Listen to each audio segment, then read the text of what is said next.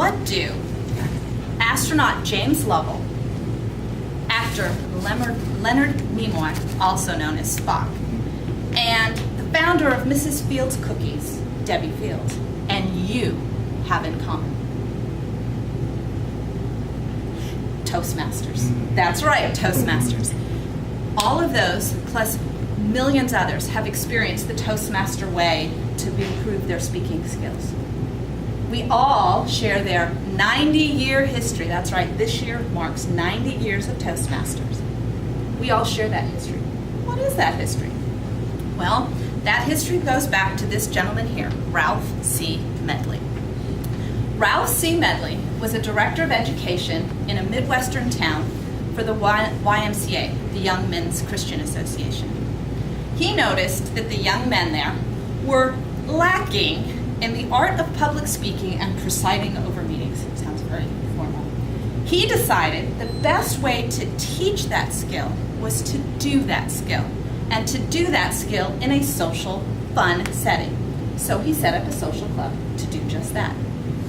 Well, the club was very successful in that small Midwestern town, but as soon as Smedley left, the club dissolved. He started it again. He left, it dissolved. Finally, in Santa Ana, California, yay California, he established a club in the basement of a YMCA in Santa Ana, California.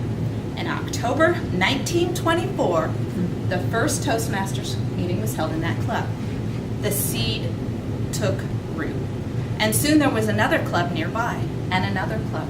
And by 1930, there were 30 clubs throughout California and the surrounding areas. They decided they needed to form a federation to keep those clubs consistent with each other and going towards those common goals.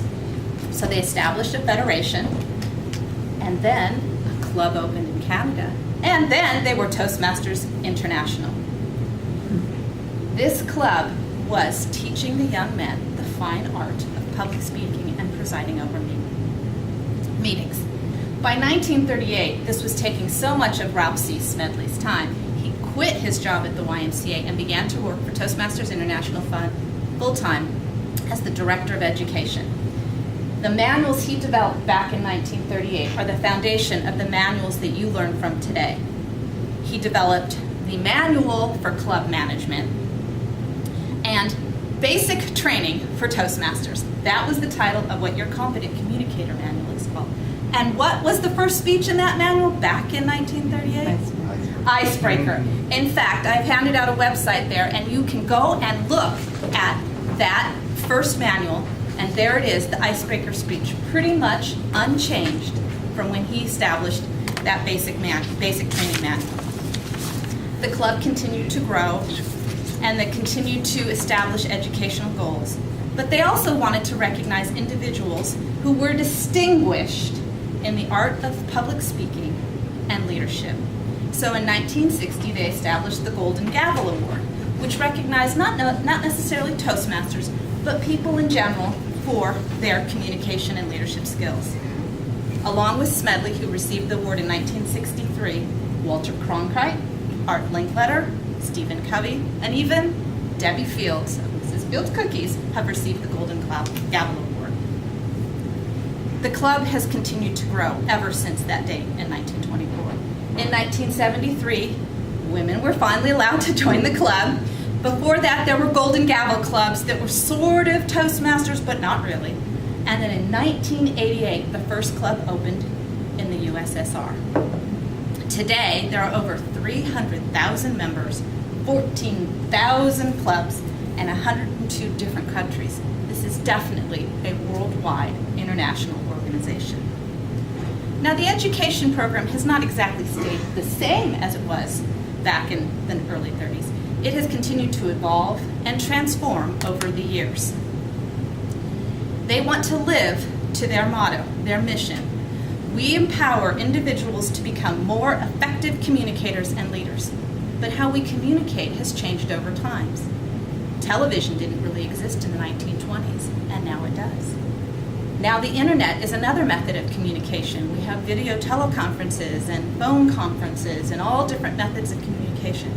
So over the years, they have adapted their education program to have a communication and a leadership track. And in the communication track, they've added speaking on television.